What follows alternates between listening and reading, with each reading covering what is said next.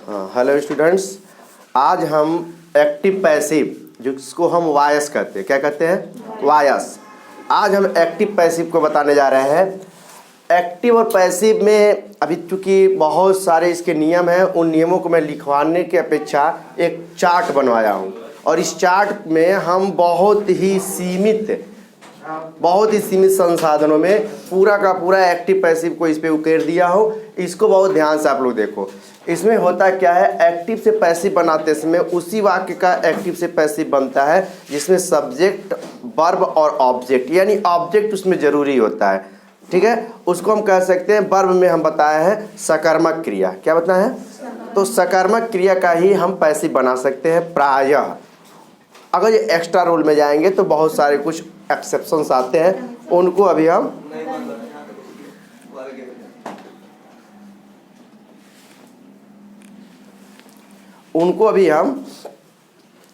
आगे पढ़ेंगे।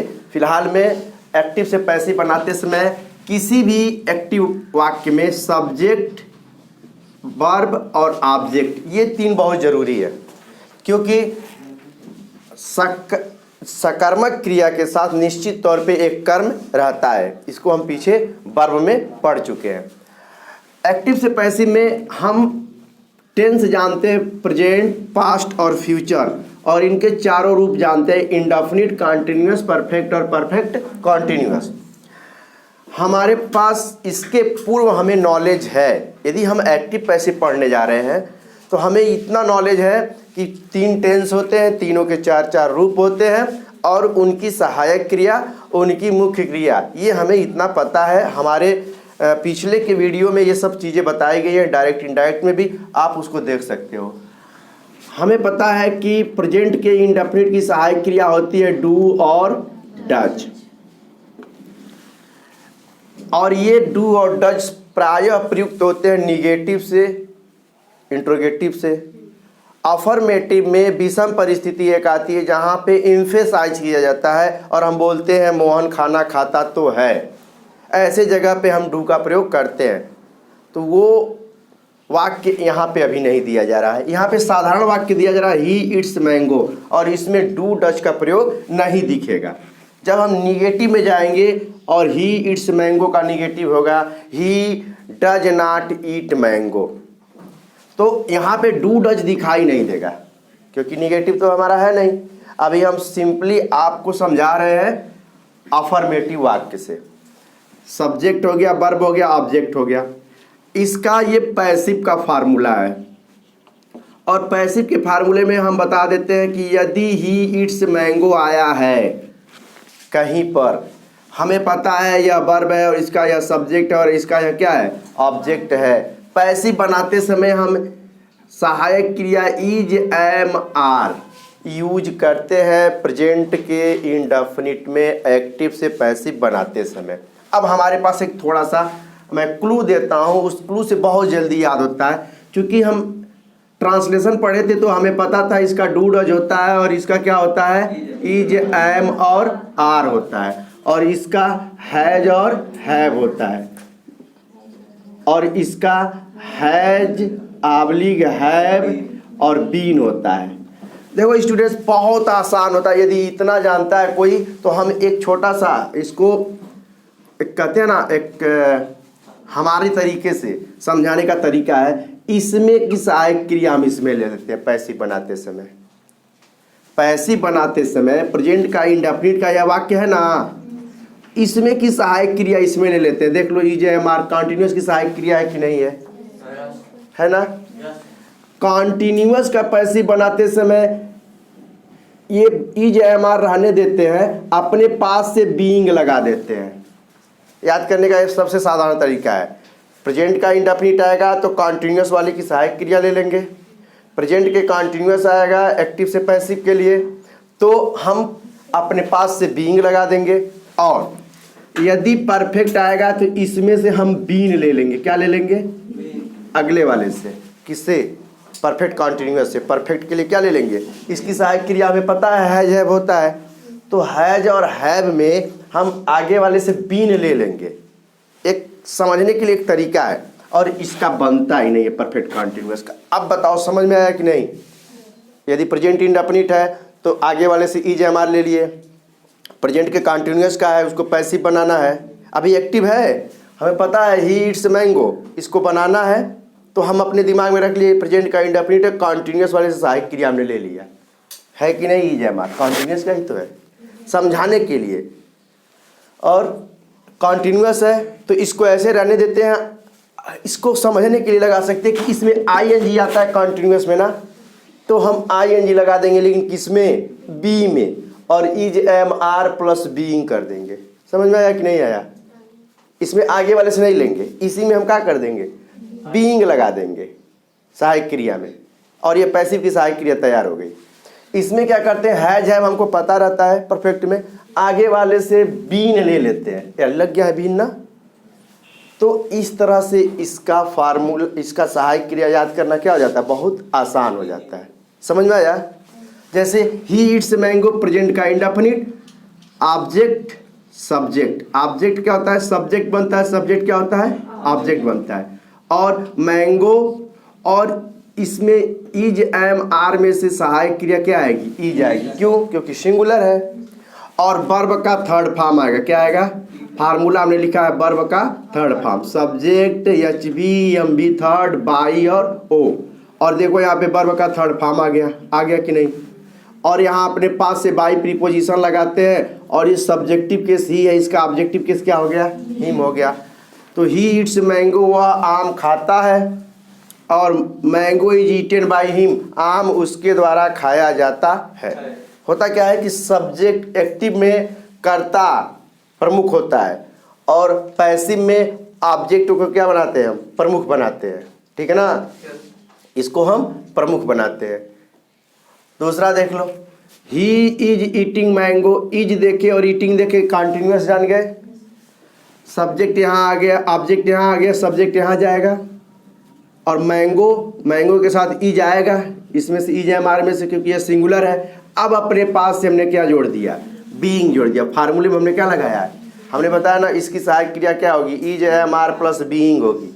तो इज के साथ बीइंग, यदि मैंगोज रहता तो आर के साथ बीइंग होता, और यदि यहाँ पे कहीं आई रहता, मी रहता, और मी यहाँ आई बनता, तो आई एम बीइंग हो जाता। ठीक है ना, लेकिन आगे के उदाहरण में मिलेगा वो। तो बीइंग हम अपने पास से इसमें जोड़ देते हैं समझने के लिए। आसान लगा कि नहीं। प्रेजेंट का इंडेफिनिट आया, इसकी सहायक क्रिया ले लिए। कॉन्टिन्यूस आया, इज एम आर आने दिए, अपने पास से बीइंग जोड़ दिया। और बीइंग जोड़ने के लिए एक सिंपल सा समझने के लिए कि इसमें आई एन जी लगता है कॉन्टिन्यूस में, तो आई एन जी लगा दिए, और बी इज एम आर का बी होता है, बी जोड़ दिए। तो ये एक क्या है, ट्रिक है। क्या है, ट्रिक है। अगले वाले को देखते हैं। तो हाँ, तो mango is being eaten by him, he is eating mango, active है, वह आम खा रहा है। और mango is being eaten by him, आम उसके द्वारा खाया जा रहा है। ओके। अब यहाँ पे परफेक्ट, परफेक्ट में हैज और हैव हम जानते हैं सहायक क्रिया होती है। हमने क्या किया, अगले वाले से बीन ले लिया, लगा दिया हमने ना, और वर्ब का कौन सा फॉर्म लगता है, थर्ड फॉर्म। फार्मूला हो गया yes has have been M V third by और O. He has eaten mango, अब यहाँ पे यह सब्जेक्ट और यह क्या है, ऑब्जेक्ट है। अब यह सब्जेक्ट यहाँ आएगा, ऑब्जेक्ट बन जाएगा, और यह सब ऑब्जेक्ट यहाँ आएगा, सब्जेक्ट बन जाएगा। और मैंगो हो गया, और मैंगो के साथ हैज लगेगा कि हैव लगेगा, हैज लगेगा, सिंगुलर है। और बीन हमने कहा इसमें जोड़ देंगे। देखो ये प्रेजेंट का परफेक्ट है, एक्टिव में बीन नहीं आता, लेकिन पैसिव में क्या आ गया, बीन आ गया। और हैज बीन यहाँ पे क्या हो गया, एच बी हो गया। वर्ब का थर्ड फॉर्म सब में लगता है बाई प्रीपोजिशन, और ही का ऑब्जेक्टिव केस क्या हो गया, हिम हो गया। ये पूर्व ज्ञान है, इतना है ना। आगे है परफेक्ट कॉन्टिन्यूस। यदि परफेक्ट कॉन्टिन्यूस टेंस का कोई वाक्य आ जाएगा तो उसका हम पैसिव नहीं बनाते हैं, उसका पैसिव हम नहीं बनाते हैं। आते हैं पास्ट पे। पास्ट का हमें पता है कि डिड सहायक क्रिया होती है कि नहीं होती है। पास्ट के इंडेफिनिट की सहायक क्रिया डिड होती है, लेकिन अफर्मेटिव में वो दिखाई नहीं देती, अफर्मेटिव टेंस में वो दिखाई नहीं देती है। ठीक है ना। और यहाँ पे ही एट मैंगो, सब्जेक्ट वर्ब का सेकेंड फॉर्म ऑब्जेक्ट आ गया ना, पास्ट का इंडेफिनिट हो गया ना। कैसे पता चला? वर्ब का सेकेंड फॉर्म देख के हम जान जाएंगे, और ये ट्रांसलेशन में हम बता चुके हैं। अब क्या होता है कि हम इस वाले की सहायक क्रिया लेते हैं। देखो जैसे यहाँ लिए थे तो डिड तो यहाँ दिखाई नहीं दे रहा, वाज और वेयर हमने ले लिया। प्रेजेंट के पास्ट के इंडेफिनिट का एक्टिव आएगा तो हम कॉन्टिन्यूस वाले की सहायक क्रिया ले लेंगे और वर्ब का थर्ड फॉर्म लगा देंगे। ये सिर्फ समझने के लिए एक ट्रिक है, हमेशा याद रहेगा यह। और क्या हो गया? तो वाज वेयर वर्ब का थर्ड फॉर्म, सब्जेक्ट है HB मतलब helping verb, MB third, by और ओ, और ही एट मैंगो, तो मैंगो यहाँ आ गया सब्जेक्ट बन गया, और वाज और वेयर में से वाज आ गया HB हो गया, और ईटेन वर्ब का थर्ड फॉर्म हो गया, और बाई लगा करके और ही का ऑब्जेक्टिव केस क्या हो गया? ही एट मैंगो, उसने आम खाया। Mango was eaten by him, आम उसके द्वारा खाया जाता या गया, जाता था या गया। आम उसके द्वारा खाया गया या आम उसके द्वारा खाया जाता था। समझ में आ गया? नेक्स्ट है कॉन्टिन्यूअस, और कॉन्टिन्यूअस में भी वही होगा। वाज वेयर इसकी सहायक क्रिया होती है, बीइंग हम अपने पास से लगा देते हैं क्योंकि पास्ट का कॉन्टिन्यूअस है। समझ में आया? और एक फार्मूला है, एक उदाहरण है, ही वाज ईटिंग मैंगो, और इसमें क्या, ये ऑब्जेक्ट है, ऑब्जेक्ट यहाँ आ जाएगा मैंगो, इसके साथ वाज लगेगा, सिंगुलर है, वाज हो गया। और बीइंग अपने पास इसमें देख रहे हैं ना, तो BEING। अब देखो इसको समझने का क्या तरीका, बी क्या होता है? Is, am, are, was, were होता है बी ना, और ING कॉन्टिन्यूअस का होता ही है। तो एक ट्रिक है यार, बहुत शानदार तरीके से याद होता है। तो मैंगो वाज बीइंग, और वर्ब का थर्ड फॉर्म ईट का क्या हो जाएगा? और बाई प्रीपोजिशन लगाएंगे, और ही का ऑब्जेक्टिव केस क्या हो जाएगा? समझ में आया? नेक्स्ट है हैड और बीन। हैड और बीन, हैड तो था ही, और बीन क्या ले लिए? परफेक्ट कॉन्टिन्यूअस से बीन ले लिए है, तो हो जाता है इसका example, he had eaten mango. समझ में आ गया? Mango had been eaten by him. समझ में आ रहा है कि नहीं? बिल्कुल आसान है, फार्मूला इसका दे ही दिए। अच्छा हाँ, इसका फार्मूला पूरा दे दे, यहाँ फार्मूला दे देते हैं, subject plus HB plus MB third plus by plus O. समझ में आ रहा है? और इसका बनता ही नहीं है। आते हैं फ्यूचर पे, विल और शैल। विल और शैल, ये जो हमारा इंडेफिनिट। तो नेक्स्ट है फ्यूचर, और फ्यूचर का हमें पता है कि फ्यूचर के इंडेफिनिट की सहायक क्रिया विल और शैल होता है। पैसिव में हम क्या करेंगे, अगले वाले से बी ले लेते हैं। हमें पता है कि फ्यूचर के कॉन्टिन्यूअस में विल बी और शैल भी सहायक क्रिया होती है ना। तो हम अगले वाले से बी ले लिया, और इसका क्या हो गया? Will oblique shall plus be हो गया। और MB थर्ड सब में, कॉमन सब में क्या है? MB third. कॉमन सब में क्या है कि सब्जेक्ट ऑब्जेक्ट बनेगा, ऑब्जेक्ट सब्जेक्ट बनेगा। समझ में आ रहा है ना? और हो जाएगा ही विल ईट मैंगो, बन जाएगा। क्या होगा? Mango will be eaten by him. कोई प्रॉब्लम?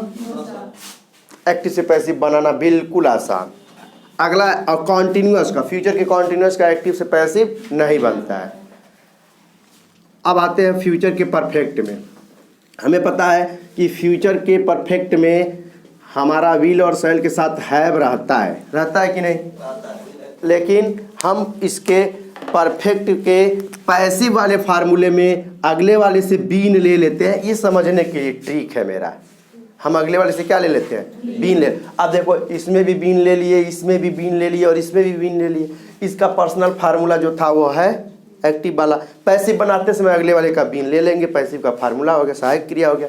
इसमें क्या था, वही रहेगा, लेकिन दिमाग में हमारे क्या है कि कंटिन्यूस में आईएनजी लगता है, और ये इज एम और वाज वेयर बी कहलाते, तो बी में आईएनजी लगा दिए समझने के लिए। तो हमें पूरा इसका पैसिव का सहायक क्रिया पता चल गया। इसका क्या है, अगले वाले से उधार ले लेते हैं। समझ में आ गया। इसमें हो गया एक वाक्य, he will have eaten mango, है ना। क्या बनेगा, mango will have eaten by जी। बहुत अच्छा, याद आ गया, समझ में आ गया इसका मतलब तुम लोगों को।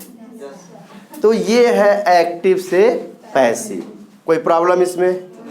जिनको ट्रांसलेशन के हमने चार्ट बनवाए थे, उस चार्ट को हम अभी इस पे शो करा देते हैं। मैं बता रहा था एक्टिव से पैसिव जानने से पहले मैंने ट्रांसलेशन में ये कुछ फार्मूले मैंने दिए थे, दिखाई दे रहा है? ये पूरा फार्मूला यहाँ हम आधे आधे दिखा देते हैं। ये यदि पूरा फार्मूला किसी को याद है, ये सहायक क्रिया है, प्रेजेंट, पास्ट और फ्यूचर दिया है, इंडेफिनिट, कंटिन्यूस, परफेक्ट और परफेक्ट कंटिन्यूस।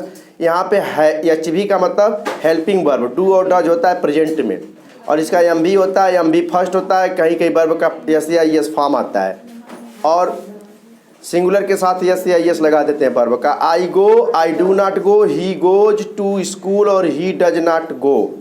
चूँकि निगेटिव और इंट्रोगेटिव में वर्ब का फर्स्ट फॉर्म लगता है, ये पास्ट है। और इस फार्मूले को हो सके तो मैं थंबनेल में लगा दूंगा, ठीक है। मैं इस फार्मूले को थंबनेल में लगा देता हूँ, ठीक है ना। और उसके बाद पैसिव के ही फार्मूले को मैं लगाऊंगा, और इसको याद रखना पड़ेगा। तो एक्टिव से पैसिव बनाना बेहद आसान हो जाता है, ट्रांसलेशन बनाना, और डायरेक्ट इनडायरेक्ट भी इससे क्या हो जाता है, आसान हो जाता है। ये पास्ट, प्रेजेंट और फ्यूचर ये मेरे द्वारा बनाया गया है, और इससे बच्चे बहुत ही अच्छी तरह से जानते हैं, क्योंकि